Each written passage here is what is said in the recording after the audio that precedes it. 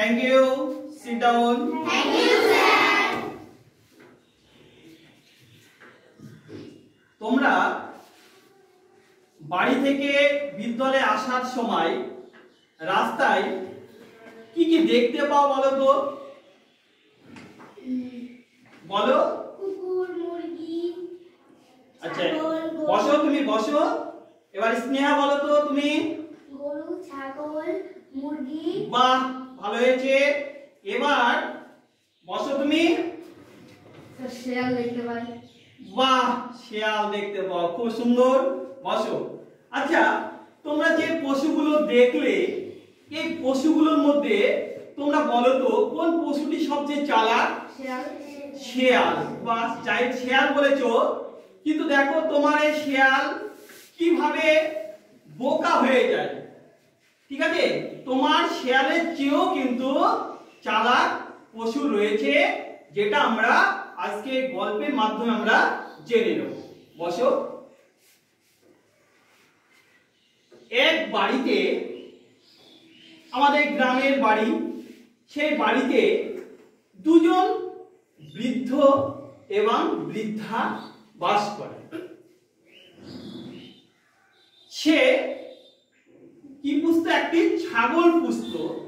ওই ছাগলের 3টে বাচ্চা ছিল। কি ছিল? কটা বাচ্চা ছিল? 3টে বাচ্চা ছিল। তো প্রতিদিন ওই বৃদ্ধ লোকটি মাঠে তার ওই একটি ছাগল আর 3টে বাচ্চা চড়াতে যেত। কোথায় যেত? মাঠে চড়াতে যেত।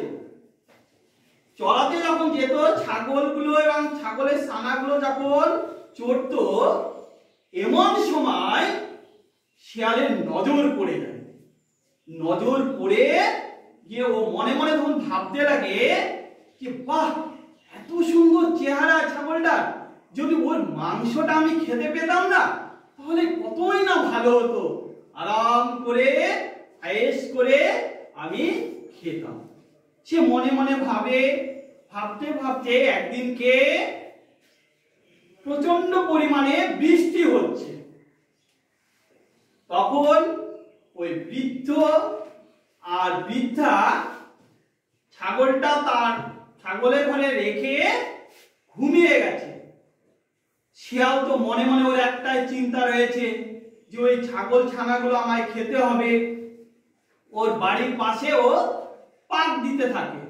পাক দিতে দিতে দেখে যে বৃদ্ধ এবং বৃদ্ধা ঘুমিয়ে আছে।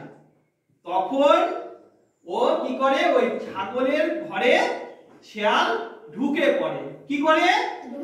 ঢুকে পড়ে। ঢুকে যেই না পড়েছে না, আর সেই ছাগলটি হাঁকতে উঠেছে, দিয়ে বলছে, শিয়াল ভাই তুমি এখানে? তো বলছে, আমি তোমাদের সবাইকে খাবো, আমার অনেক দিনের ইচ্ছে তোমাদের সবাইকে আমি খাবো। ছাগল ছানা কাতর ভাবে কাতরাচ্ছে। তখন বলছে কি করে বাঁচা যায়, মনে মনে বলছে। বেশ একটা বুদ্ধি খাটিয়ে ফেলল। বলছে, হ্যাঁ তুমি আমাদের খেয়েই ফেলো, এতে আমাদের শান্তি হবে। কেননা ওই যে আমার যে মনিব রয়েছে না, সে আমাদেরকে আর খেতে দিতে পারে না। পেট পুরে যে আমরা সারাদিন অন্তর খাবো না, সে পেট পুরে আমাদেরকে খেতে দিতে পারে না, তুমি খেয়েই ফেলো। তো খাওয়ার আগে আমি একটু ঈশ্বরের কাছে প্রার্থনা করে নিই। ঠিক আছে? বললো, ঠিক আছে, তোমার মনের ইচ্ছা আমি পূরণ করব, যে তুমি ঈশ্বরের কাছে শেষ ইচ্ছাটা তোমার পূরণ করে নাও। যে যে ওই কথা বলেছে, তখন ছাগল বলছে, ঠিক আছে তুমি এখানে বসো, আমি ঈশ্বরের কাছে প্রার্থনা করে নিই। ঈশ্বরের কাছে ছাগল প্রার্থনা করছে। সেই ছাগলের সে চিৎকার কি করছে? বে বে বে বে করতে লেগেছে। আর তখন সে বৃদ্ধা উঠে বলছে, কি হলো? আমার ছাগলগুলো চেঁচাচ্ছে কেন?